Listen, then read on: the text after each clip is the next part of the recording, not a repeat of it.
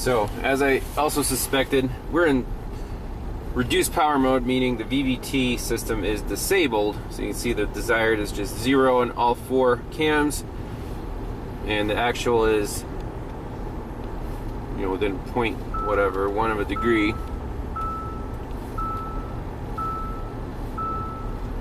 Okay, very cool.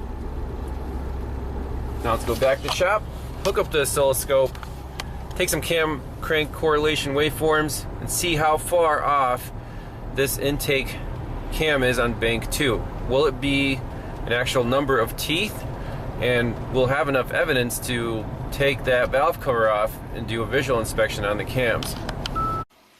Alright, let's look at some service data for the codes 16, 17, 18, and 19, all having to do with, if you go, choose the code and DTC information, you'll see PCM monitors timing misalignment while no active faults are present with fully warmed up engine, oil at idle.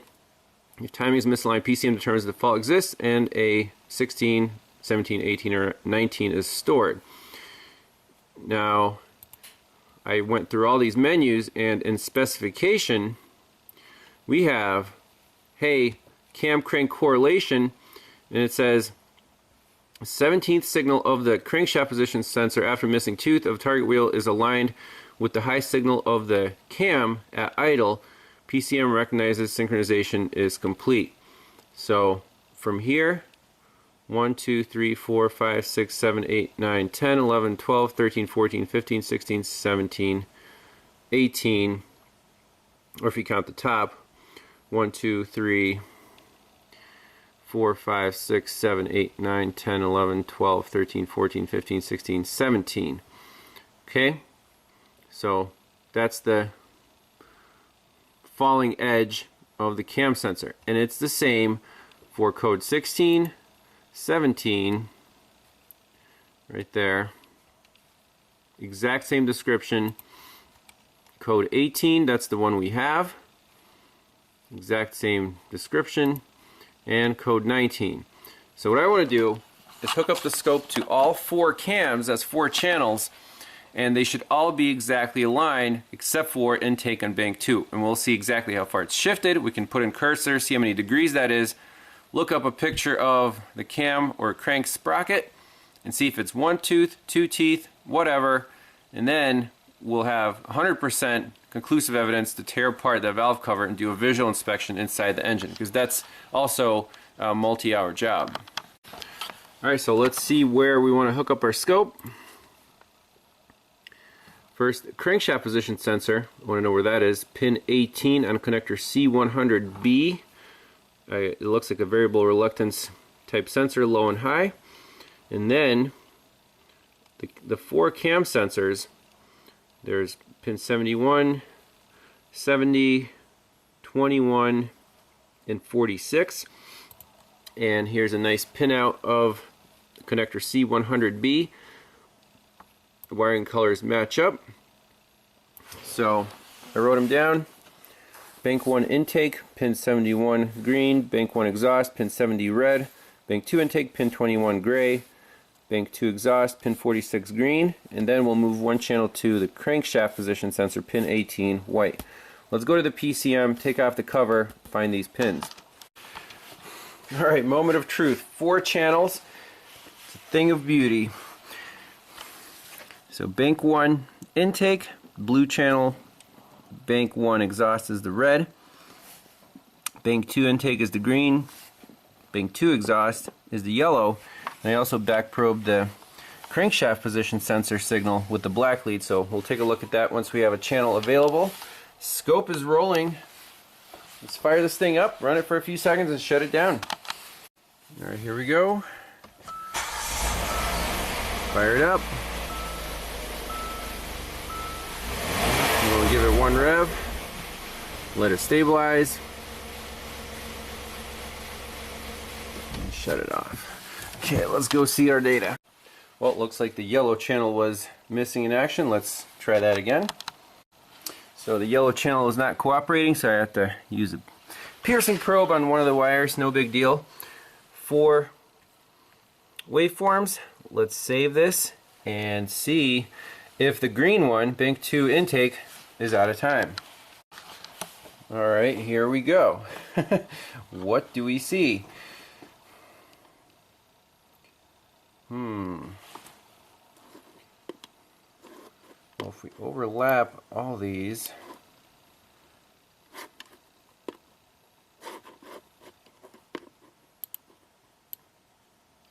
so the green and the yellow seem to be in perfect time.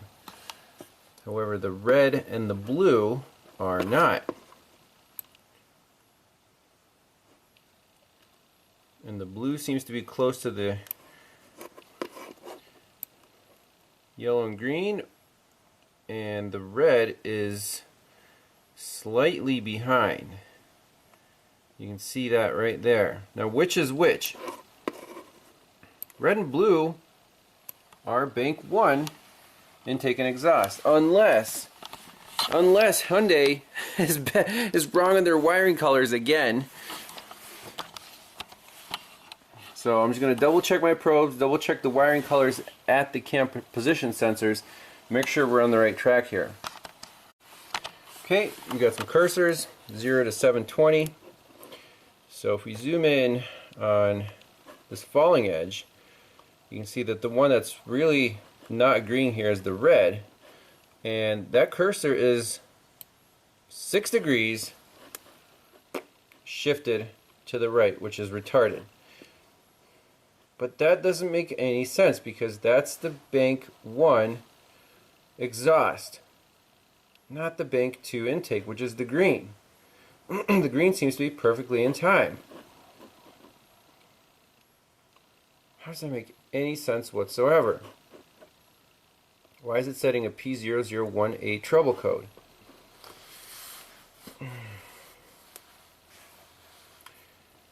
We can advance the intake cam by giving power to that solenoid and make sure we're definitely on the right wire. I triple check these, so something is not adding up, which is kind of typical for Hyundai Kia. So something really doesn't make sense. So this is the capture from the first time we saw the car when we did the in-cylinder compression test. We manually energized the solenoid. So this is startup. You can see that the cams are definitely not aligned. This is bank 2 intake, bank 2 exhaust. I have them labeled right here. So right here the computer is, it's in its default state. The solenoid is not being energized, and we're about 20 degrees retarded, crank degrees retarded on the intake cam. Okay. Now on the second page, when I energize the solenoid, meaning manually, let's see, was it pull down or pull up? Yeah, pull down. Now the intake cam is advanced. Compare that to here. So this intake cam was never aligned. It was either way retarded, and then when I fully advanced it manually, it did move, but it was still not aligned, obviously. So how is it aligned right now? That's my question. It really doesn't make any sense right now. Okay, so always the scope tells you everything. How are the green and the yellow traces exactly, I mean exactly on top of each other?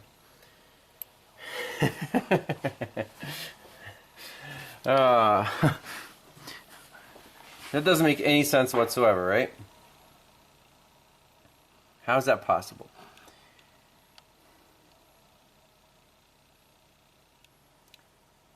Either our probes are touching the same wire, or the two traces are shorted together somehow, because there should be some variation here.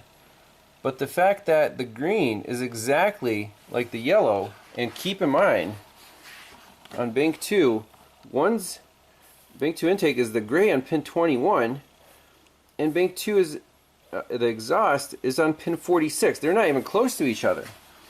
I mean, the gray one is right here on the side, and 46 is the green wire that I back probed, which is definitely a green wire. Well, are they?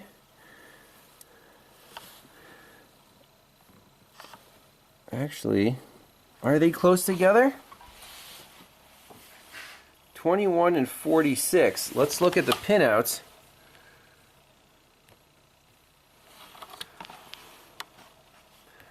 Right here.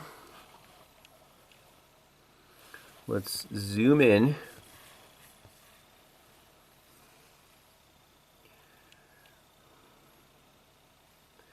They are exactly together.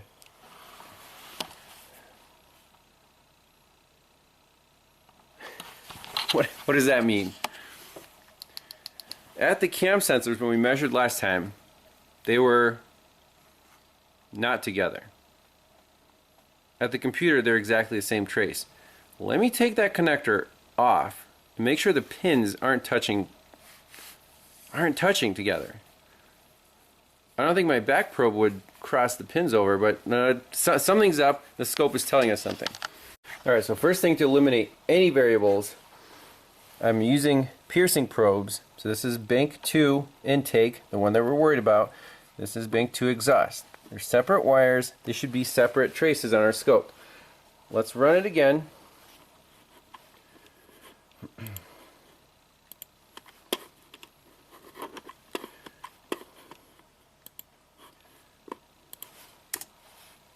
See what happens. Alright, here we go.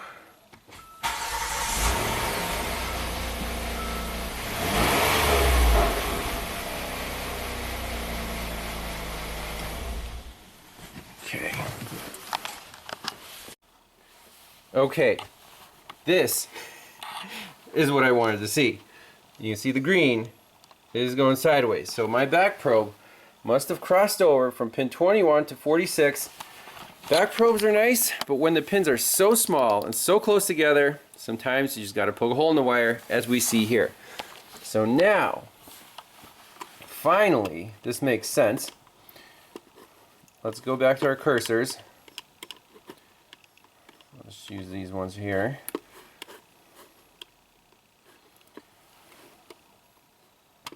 So the 0, let's set on all the ones that are mostly aligned. Let's just go with, the bank 2 exhaust. And it's going to be this group, rising edge.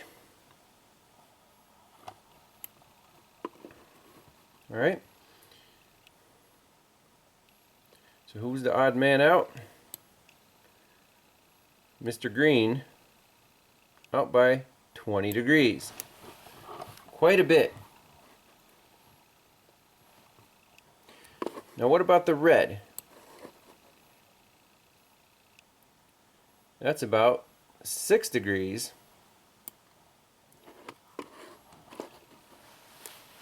So basically blue to red.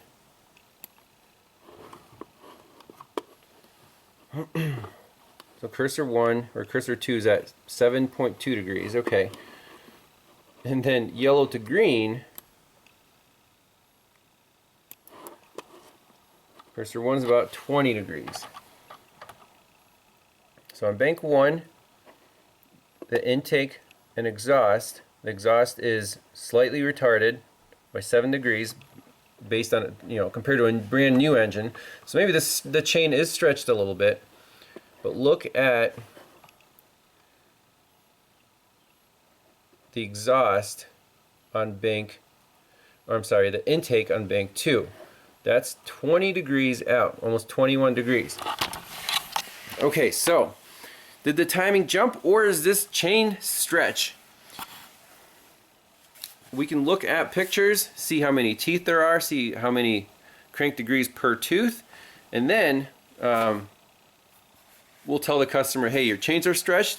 I already bought all new timing chains, tensioners, and the crank sprockets. They're updated units. Or if the timing is off a tooth, which it's probably not.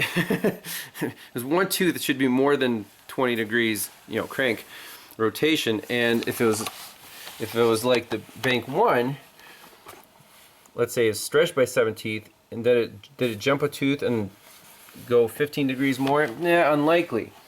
Keep in mind, this cam also drives the high pressure fuel pump, which is an added load. So, does that make any sense? Because it's a 2-chain setup, so this one chain drives both, first the exhaust, then the intake, but there isn't that much chain between the 2 sprockets. So this discrepancy, I don't believe the chain is stretched that much to cause 20 degrees crank, you know, retarded, just on this short run of chain. Right? Does that make sense? So that's what we need to see. That's what's causing our P0018 code. That's enough evidence to go into the engine and do a timing job. Okay, so in the PICO waveforms, I'll post these in the video. I always write some notes here. So what code is set, and then let's look at the physical layout of the engine. So on bank 1, this chain goes from the crankshaft, drives the intake camshaft first, then the exhaust, and the tensioners on the backside. So we expect if the chain is a little stretched, the exhaust cam signal should trail the intake cam signal by a little bit. Right? So we see that the exhaust cam, the red, on bank 1, is trailing the intake by about 7 degrees. Okay, that's probably normal chain stretch. On bank 2, the chain is going the same way. It drives the exhaust cam first, then the intake, and the tensioner is over here. So if there's chain stretch, we expect the intake on this side to trail the exhaust, opposite of bank 1. That's exactly what's going on. So here, the intake is trailing the exhaust by about 15 degrees. So this chain on bank 2 is twice as stretched. Likely because it's driving the high pressure fuel pump. 125,000 miles. you can see that, hey, you need a timing job. The guy already replaced the high pressure fuel pump, which is a good thing, but that's it is what it is. And he said he had a code for the exhaust cam too, so potentially this, you know, this side is just stretched out so much that it wasn't happy with either. But I don't know, he didn't write down what the initial code was before he replaced the oil control solenoid. All that work, kind of, you know, kind of for nothing, because I'm sure this chain didn't stretch in 100 miles. That P0018 code should have been there initially when he tore it apart in the first place. That's my guess, just based on physics. So this all makes sense. Bank 1 exhaust trails bank 1 intake by 7 degrees. Bank 2 intake trails bank 2 exhaust by 20 degrees, setting the P0018 code. Okay, that's great. So I'm going to call up the owner and give him, say, hey, you know, the oxygen sensors work great. We see our fuel trims. Bank 2 definitely has a problem. If we're going in there, we're doing all chains, tensioners, sprockets, etc. So that's the end of this part, and stay tuned for the repairs. A little bonus footage. So these are the parts that I got already because I was ready to do a timing job on this thing before it threw a curveball. But anyways, right hand crankshaft sprocket. This is an updated unit. Let's count the number of teeth. 1, 2, 3, 4, 5, 6, 7, 8, 9, 10, 11, 12, 13, 14, 15, 16, 17, 18, 19 teeth.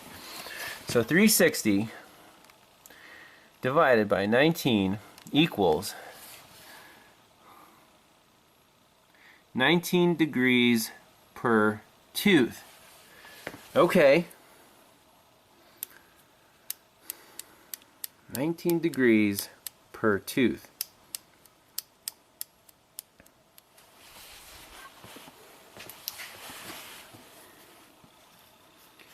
So let me take some notes here. So 19 degrees per tooth. So let's see here. Red trails bank 1 intake by 7 degrees. Let's just do our measurements one more time right here.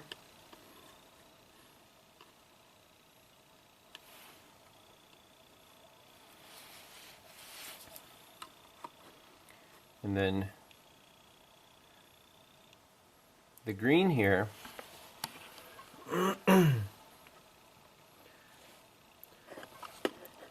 is 20 degrees off the exhaust. That that is one tooth minus like 2 degrees of stretch. So man, so the intake cam is one tooth retarded. So bank 2 intake trails bank 2 exhaust by 20 degrees, and we have 19 degrees per tooth, so one tooth retarded. Oh, almost forgot. Let's also take a capture of the crankshaft position sensor, because if these chains are stretched, we want a before picture before doing the timing job. The customer did okay the complete job. It's going to be 10 hours, pretty labor intensive. So let's fire up the scope. Just 3 channels this time. Bank 1 intake, bank 1 exhaust, and the crank. And then we can see what that looks like.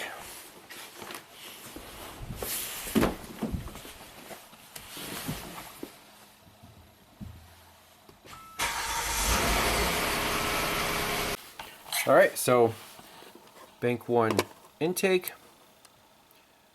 bank 1 exhaust, and the crank. Let's zoom in and see if this occurs 17 slots over.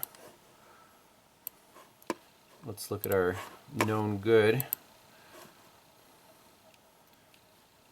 So I guess it's reversed. Let's count them.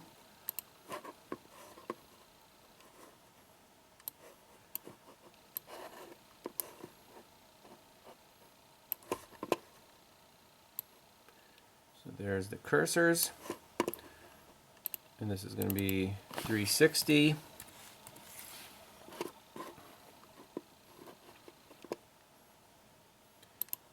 Take a cursor and go 1,